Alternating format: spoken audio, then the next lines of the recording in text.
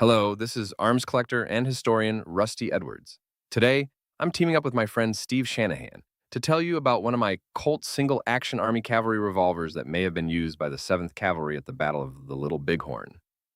Colt historian and author John Kopek authenticated this revolver on July 23, 2019. Kopek and Dr. H. Sterling Fenn wrote Cavalry and Artillery Revolvers, a Continuing Study.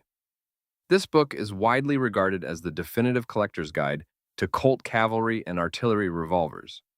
In his authentication letter, Kopek noted that this revolver was manufactured in 1874 and sub-inspected by Ordnance Department employee Orville W. Ainsworth, who was responsible for inspecting the first group of Colt cavalry revolvers purchased by the U.S. government. In 1874, the U.S. Ordnance Department issued 921 cavalry revolvers to the 7th Cavalry while they were stationed at Fort Abraham Lincoln in the Dakota Territory. Of this total, 282 were from Lot 6, which contains serial numbers 5506 through 6516. Companies D&I received 166 of these sidearms, with the remaining 116 being distributed to other parts of the regiment. In a letter dated June 9, 2003, Dr. Fenn stated that all 282 Lot 6 revolvers issued to the 7th Cavalry saw action at the Battle of the Little Bighorn. He added that very few of them survived capture by Sitting Bull's warriors. Kopek later acknowledged that because so many of these revolvers were captured during the battle, records of verified and accountable serial numbers are very sparse. Even so, dozens of cavalry revolvers from Lot 6 now have documented Little Bighorn association. Here are several noteworthy examples. Serial number 6038 was displayed at the Custer Battlefield Museum before it closed, and pictured in Will Hutchison's book, Artifacts of the Battle of the Little Bighorn. 6048. The backstrap of this revolver was unearthed in 1984 during an archaeological dig at the Custer Battlefield.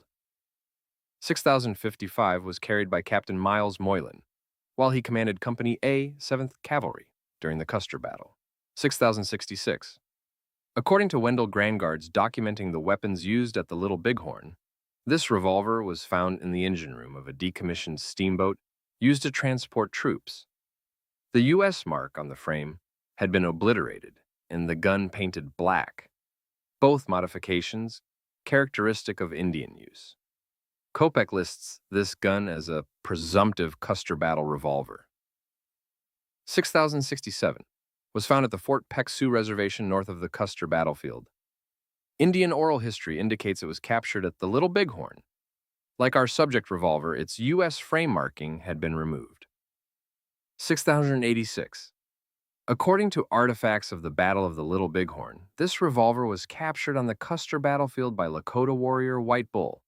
We'll return to this gun in a moment. 6269 was found at the site of Sitting Bull's camp in Saskatchewan, Canada, where the Hunk Papa Lakota medicine man settled after the battle. Kopek wrote that 6098 had been found 10 to 20 miles south of the Little Bighorn battlefield, in the ruins of a burned-out wagon on the Cheyenne Reservation. In 1999, Dr. Fenn concluded that 6310 was likely captured or lost at the Little Bighorn. He noted that the U.S. acceptance mark and part of the patent information had been removed. The cylinder from 6450 was unearthed at the Custer Battlefield in 1978. During this period, Colt was producing up to 50 cavalry revolvers each day, meaning our subject gun could have been made the same day as several of the aforementioned revolvers. Now let's take a closer look at one of those firearms, White Bull's revolver.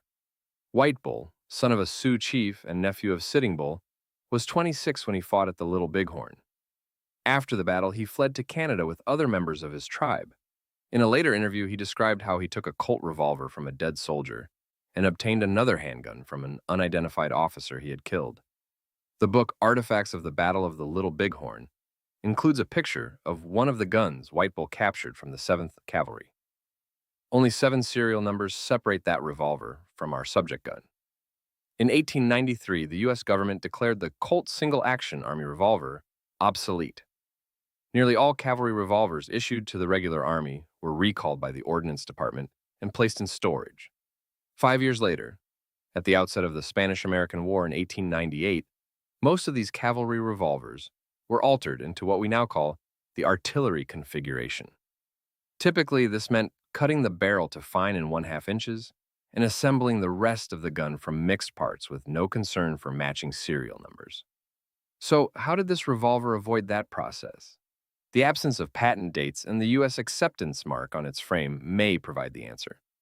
During the Indian Wars, it was common practice for Native American tribes to remove or obliterate the U.S. marking on captured firearms.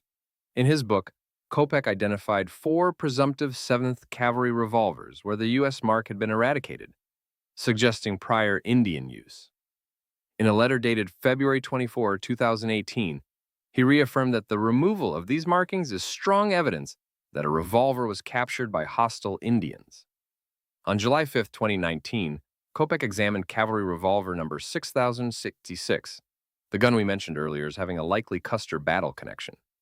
In his authentication letter, he wrote, "The fact that the U.S. had been obliterated from the frame strongly supports the Indian capture theory."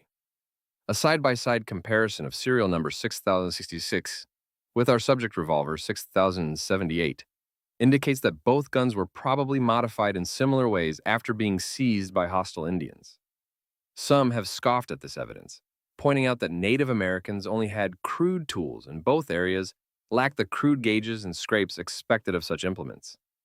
They must remember, however, that these firearms have been owned by many people during the 150 years since the Custer battle.